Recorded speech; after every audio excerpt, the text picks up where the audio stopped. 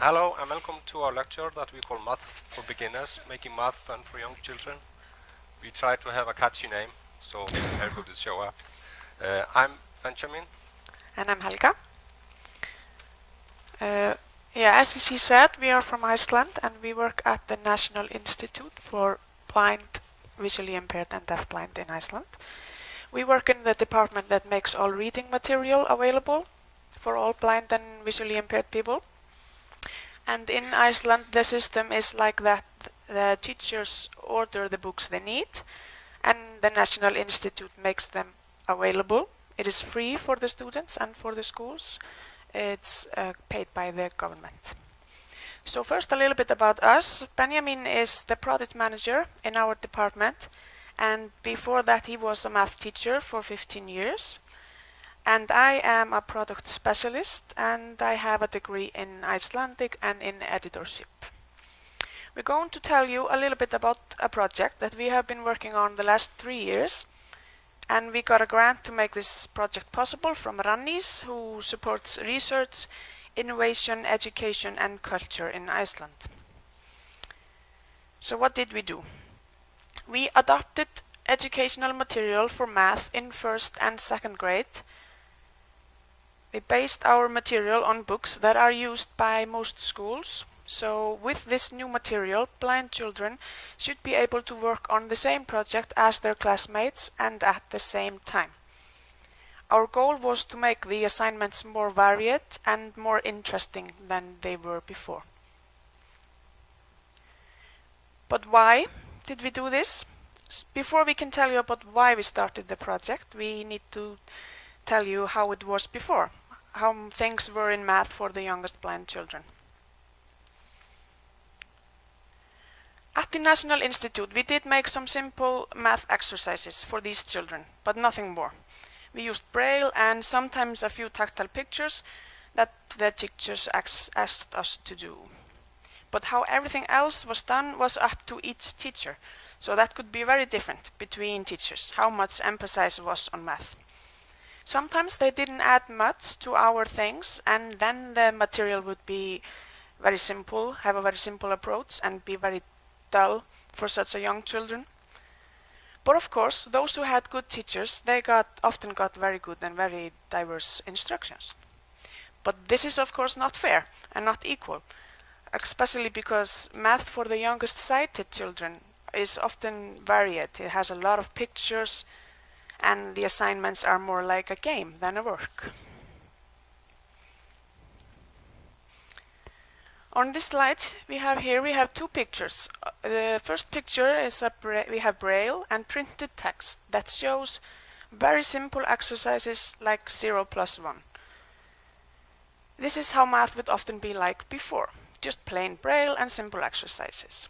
The second picture is of the math book that the sighted children are using. It is very colorful and has pictures and looks like a lot of fun. So we ask, is this fair? Because it is our experience that the youngest children usually like math, even though that does often change when they become older. And that's why we wanted the blind children to be able to have the same experience. The first years of learning math are very important, foundation for everything that comes later on. Pupils are being introduced to many concepts that will be important for them in the years to come. We really wanted their attitude towards math to be positive, and we believe that a good material can help with that.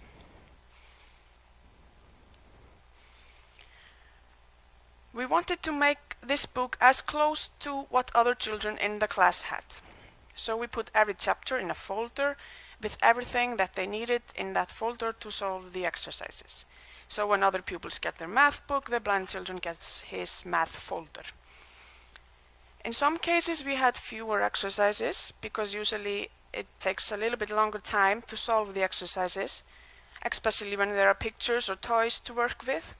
It takes a longer time to unzip a bag and count toys than just to count them on the picture. But of course we still wanted them to be able to practice the skills that are being taught. So we tried to have enough of each exercise, and then the teacher just choose what he wants to use. We took all subjects that are in the math book other pupils are using, and that include learning the numbers from 0 to 100 and a lot of counting and sorting, where they learned statistics as well. But we also worked with shapes and patterns. Then there is some measurements with different tool and addition and subtraction with the numbers they are learning about. They learn about time, both days and months. And finally they work with area, geometry, circles and polygons.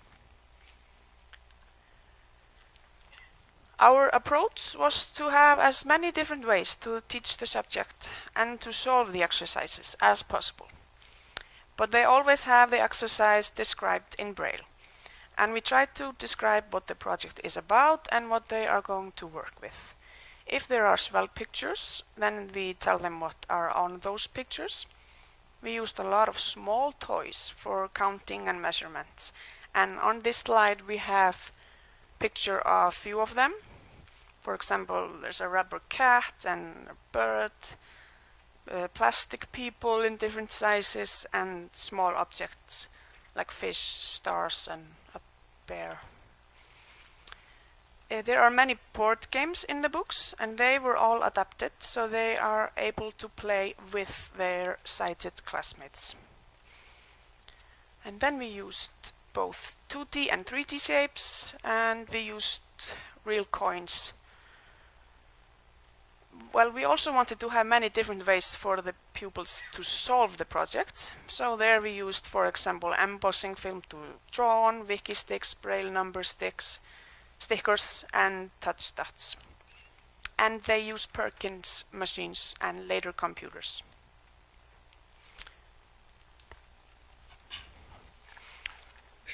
But how do we do this?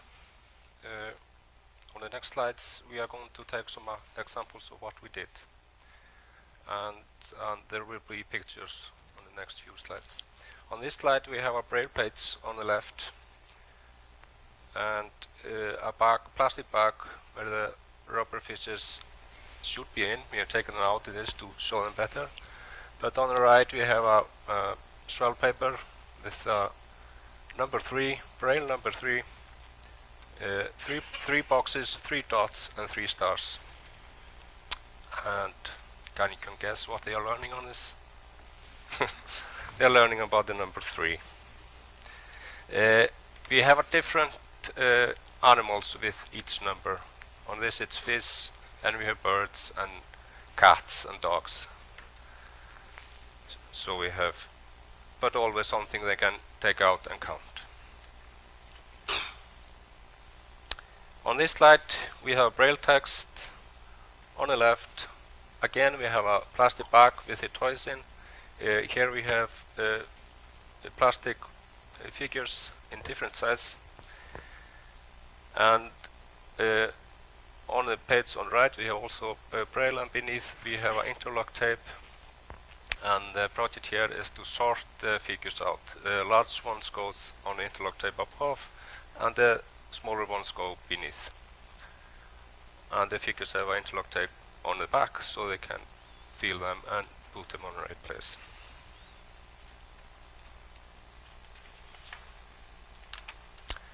On this slide we have a Braille with instructions to do on the left. Then we have a plastic bag attached to the folder. In the bag are strips with the name of the days on in Braille. On the right side we have a swell paper with table. In the first box we have Sunday, then just interlock tapes in the next 6 boxes. Here the children are learning about the days and in what order they are in. They take the strips and fasten them on the correct spot in the table. We have a similar project about the months and the days of the months, and we do it in a similar. On this slide we have a Braille instruction on the left. Yep.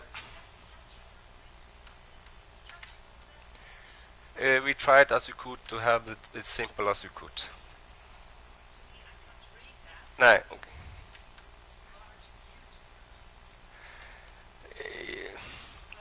Yeah. We tried as we could to have it as simple as we could.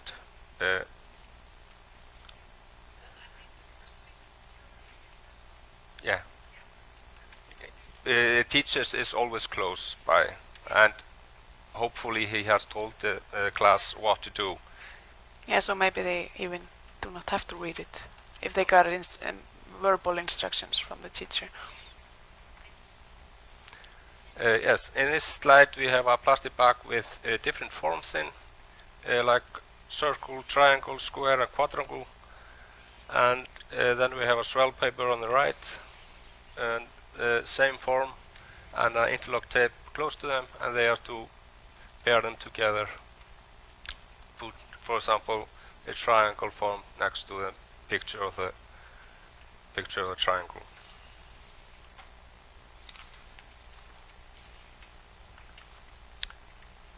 On this slide we have different 3D forms: a pyramid, cube, cylinder, triangle, prism and hexagonal prism. And the project was to talk about if they could stack them. It can be very hard to draw or explain 3D forms if you can't touch them. I think it's also good for sighted children to have forms like these.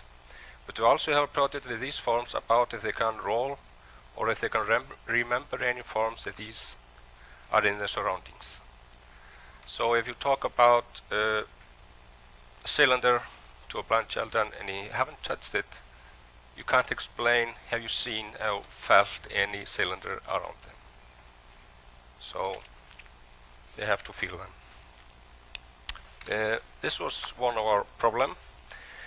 On this slide we have a braille on the left with instructions. On the right we have a real coins in a plastic bag with interlock tape on the back and a braille page with exercises and interlock tape. We used real coins in this book, so they could learn how to recognize real money. In this exercise they are giving how much something costs. For example, apple for 8 kronas. Then they have to put 8 kronas on the interlock tape. We tried to talk to the banks to give us some money. Of course he denied us. So we went home and found some coins. And since we are so few in Iceland, we are very lucky we don't have to make many copies of this.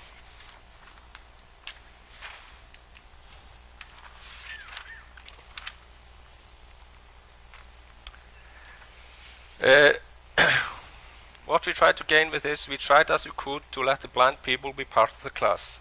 They are working on similar projects at the same time, so all teaching can be for the whole class.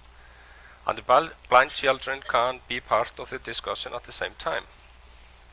When the introduction from the teacher is finished, the pupil with the hour map folder can open his folder, as the other children open their book and they start to work on similar projects and can talk to each other about the exercise they are working on.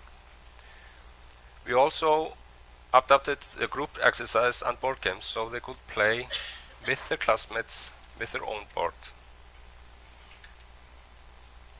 Our goals was that we wanted to obtain with this new material is that is comparable with the material that everybody else has.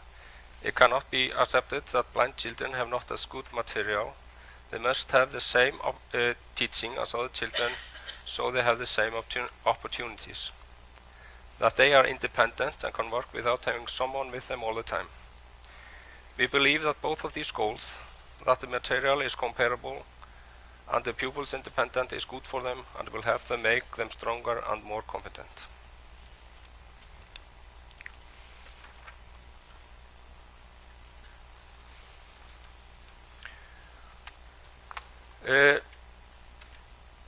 There were only 2 persons who worked the project all the way and 1 blind proofreader. We worked each chapter, each folder for it, and the blind proofreader read it over and handed it back to us, and we made the changes. Since we are so few in Iceland, it's okay to misspell 1 word or something like that. It's not like 100 people are going to read this, so we just make a change for the next edition. So we made it with very simple equipment: braille printer and 12 form machine. but we can probably do this because of how few we are in Iceland. But we think that it's good that it is the same people that work on the project from the beginning to the end. We sometimes had good ideas and we couldn't carry them out and had to start all over again. It could be harder if there are different people who get the idea and who are working to execute it. In bigger countries, it should be possible until the mass production starts. But you don't need a lot of people or complex equipment. We think that the project benefited that the same people did all the job from start to finish. And in Iceland, as I said before, are very few blind children, only 3 to 4 children every 10 years. So our approach is probably very different than most other countries because our situation is different. Because we are so few, we can make copy for each individual. We don't have to make 100 copies. We can make changes for each individual if needed. And because our book is in a folder, it's very easy to take one page out and put another in. And today there are 2 persons using this material, but we don't know when it will be used again.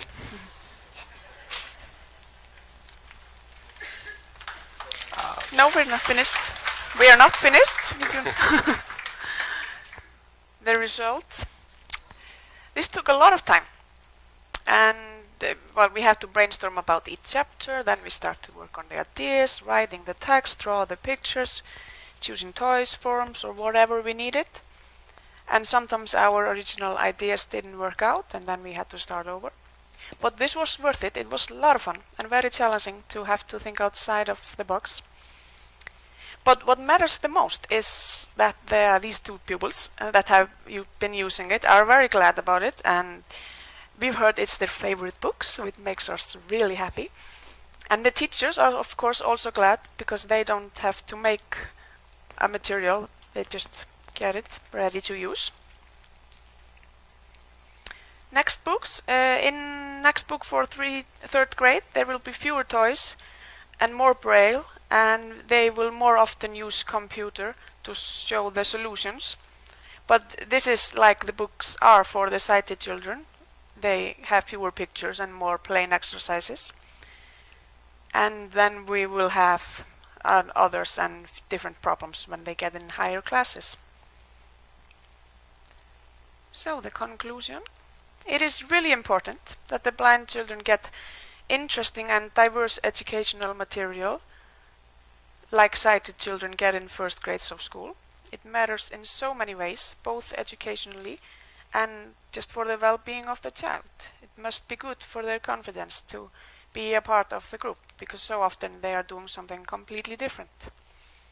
And actually they were taking a video of this girl who was using it, and she just sat in her class and the classmate next to her, and then the classmate suddenly looks over and says, "Oh, see, you're doing exactly the same as we are."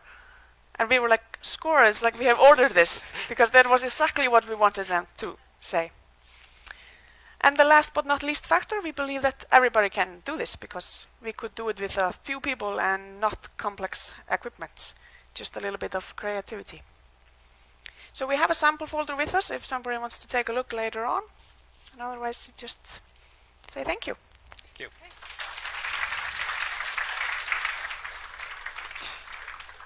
So thank you.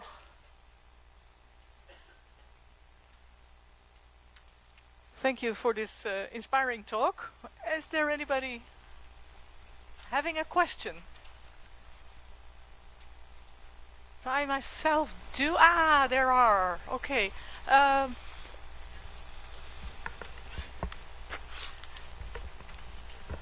Yes.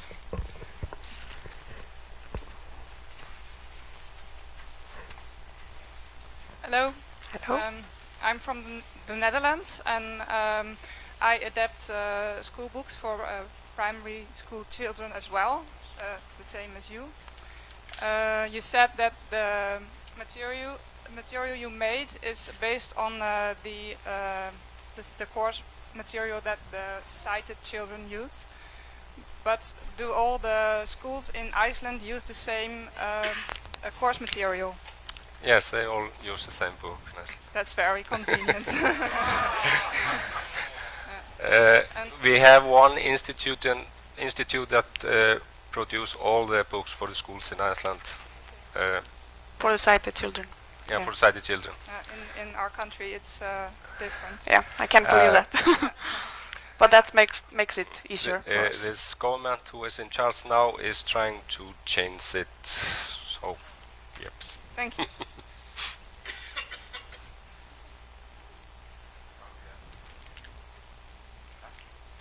Yeah, I'm from the Institute for the Blind in Denmark. What kind of braille code do you use to write mathematics once you are done with the pictures? How do you write maths in braille in Iceland?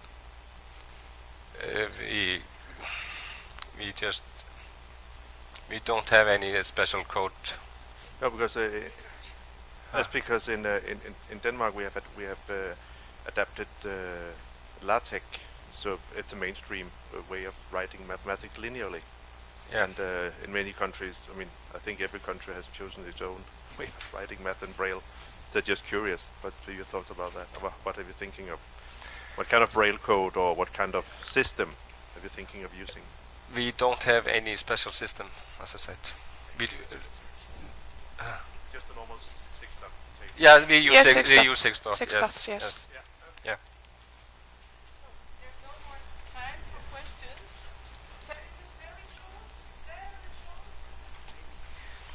Hello, I come from the Netherlands too. In your example, there was about 3 objects, and how do you manage it when you do sums up to 100? Well, they learned just up to 10 in these books, and they learn up to 100, but they are not pages like that, just up till 10, and then they just use other things. You have other materials. We do not put We 56 cats in a bag. No, we do not do that. We use smaller objects up to 20, but then we just talk about the numbers. Yeah. Okay.